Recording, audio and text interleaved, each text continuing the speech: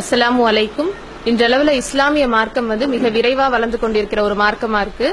அப்படி இஸ்லாமிய மார்க்கத்தை தன்னுடைய வாழ்க்கை நெறியா ஏற்றுக்கிட்ட ஒரு சகோதரி இப்போது தன்னை பற்றிய சுய அறிமுகம் செய்துக்குவாங்க. அஸ்ஸலாமு அலைக்கும். என்னோட பேர் சுதா. நான் ஒரு பிராமின் குடும்பத்தை சேர்ந்த பொண்ணு. அப்பா குருக்களா தான் இருந்தாங்க. இப்போ நான் இஸ்லாத்தை ஏத்துக்கிட்டதுக்கு அப்புறமா இப்போ என்னோட பேர் நுஸ்ரா ஃபாத்திமா. எங்க வீட்டுல எனக்கு ஒரு தங்கச்சி இருக்கிறா. அல்ஹம்துலில்லாஹ். நீங்க என்ன படிப்பு படிச்சிருக்கீங்க? நான் MBA முடிச்சிருக்கிறேன். இப்போ மார்க்க கல்விக்காக மதரசா போயிட்டு ஹிஃப்ல் பண்ணிட்டு இருக்கிறேன். நீங்க இஸ்லாமிய மார்க்கத்தை எப்படி உங்களுடைய வாழ்க்கை நெறியா ஏற்றுக்கிட்டீங்க? நான் காலேஜ் படிக்கும் போது எனக்கு முஸ்லீம் ஃப்ரெண்ட்ஸ் அதிகமா இருந்தாங்க. அவங்களோட பிஹேவியர்ஸ் எனக்கு ரொம்ப பிடிக்கும். ரொம்ப ஹெல்ப் பண்ணுவாங்க. அவங்க கோவப்பட மாட்டாங்க, பொறுமையா ஆன்சர் பண்ணுவாங்க நான் என்ன கேட்டாலும். அது மூலமா எனக்கு இஸ்லாத்தை பத்தி தெரிஞ்சுக்கணும்னு ஆசை வந்துச்சு.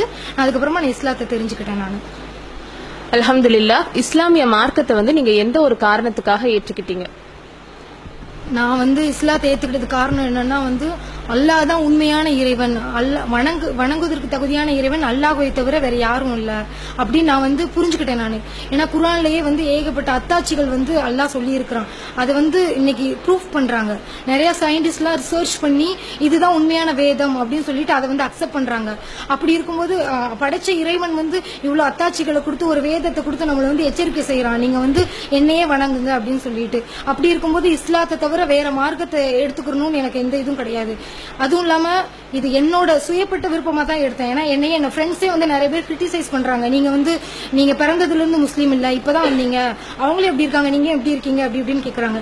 நான் அல்லாவுக்கு அஞ்சுறேன். அவன் நரகம் சொர்க்கத்தை பத்தி சொல்லி இருக்கான். எனக்கு சொர்க்கத்துக்கு போகணும்னு ஆசையா இருக்கு. நான் அல்லாவுக்கு கட்டுப்படுறேன். அதனால இந்த மார்க்கத்தை என்னோட சுய விருப்பத்தைப்படி யாரும் ஃபோர்ஸ் பண்ணாம நான் விருப்பப்பட்டு தான் இந்த மார்க்கத்தை நான் ஏத்துட்டு இருந்திருக்கேன். அல்ஹம்துலில்லாஹ்.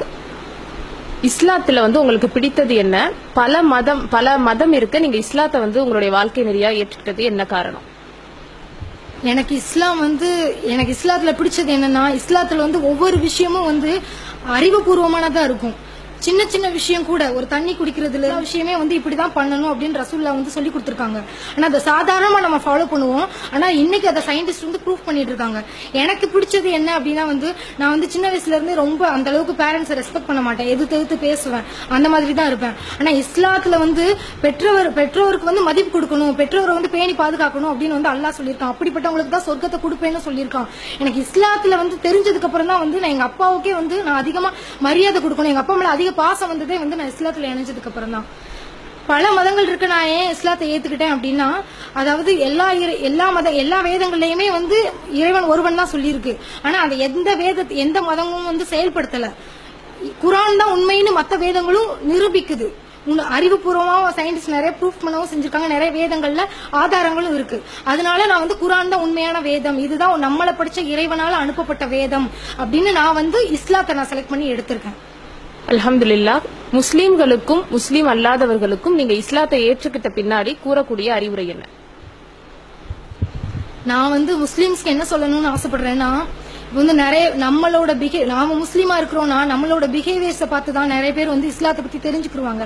இன்னைக்கு இந்த மார்க்கம் விமர்சிக்கப்படுதுன்னா அதுக்கு நாம தான் காரணம். இந்த மார்க்கம் போட்டு வளருது அப்படின்னா அதுக்கும் நாம தான் காரணம். அல்லாஹ்வோட உதவியால நம்மளோட பிஹேவியர்ஸ பார்த்துதான் இஸ்லாத்துல இப்படியா நம்ம ஒரு மாதிரி நான் முஸ்லிம்ஸ் எப்படி பிஹேவ் பண்றோமோ அதை பார்த்துதான் அவங்க நம்மளோட வேதத்தை அவங்க மதிப்பு கொடுப்பாங்க. அதனால ஃபர்ஸ்ட் நம்ம மார்க்கத்தை முதல்ல முழுமையா தெரிஞ்சுக்கணும். அதுக்கு நம்ம என்ன பண்ணணும்னா, குர்ஆனை நம்ம தாய்மொழியில படிக்கணும். தமிழ்ல நம்ம மொழியில படிக்கும் போதுதான் அதுல அல்லாஹ் என்ன சொல்லி இருக்கான் அப்படின்னு நமக்கு புரியும். அதன்படி நம்ம நடக்கணும். இதுதான் நான் முஸ்லிம்ஸ்க்கு சொல்லக்கூடியது. நான் முஸ்லிம்ஸ்க்கு எல்லாம் சொல்லணும்னு ஆசைப்படுறேன் அப்படின்னா, நிறைய பேர் இப்போ நானே ஒரு ஹிந்துவா தான் இருந்தேன், ஒரு சிலையை தான் வணங்கிட்டு இருந்தேன், அதுல ரொம்ப ஈடுபாட்டோட இருந்தேன்.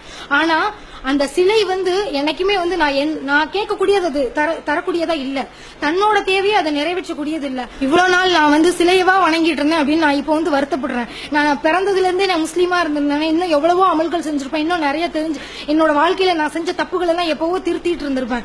இந்த அல்லாஹ் அதாவது நம்மளை படைச்ச இறைவன் ஒருவனா தான் இருக்க முடியும். இந்த சிலையோ இல்ல கல்லோ மண்ணோ மரமோ பாம்போ சூரியனோ நிலாவோ இது எதுவுமே அதை படிச்சதுக்கு ஒருத்தர் இருக்கான். அது படைப்பாளன் கிடையாது, அது ஒரு படைப்பு தான். அதை நம்ம வணங்கக்கூடாது. நமக்கு சிந்திக்கிறதுக்காக தான் இறைவன் வந்து நமக்கு 6 அறிவை கொடுத்திருக்கான்.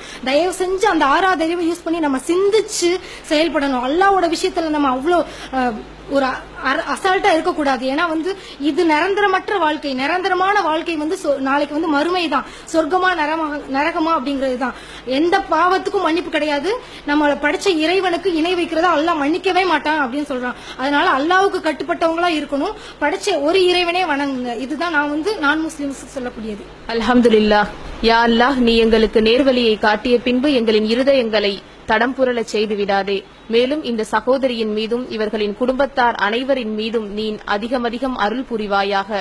மேலும் இந்த உலக மக்களுக்கு நீ நேர்வழி காட்டுவாயாக என்று பிரார்த்தித்தவளாக நிறைவு செய்கின்றோம். அஸ்ஸலாமு அலைக்கும் வரஹ்மத்துல்லாஹி வபரகாத்துஹு.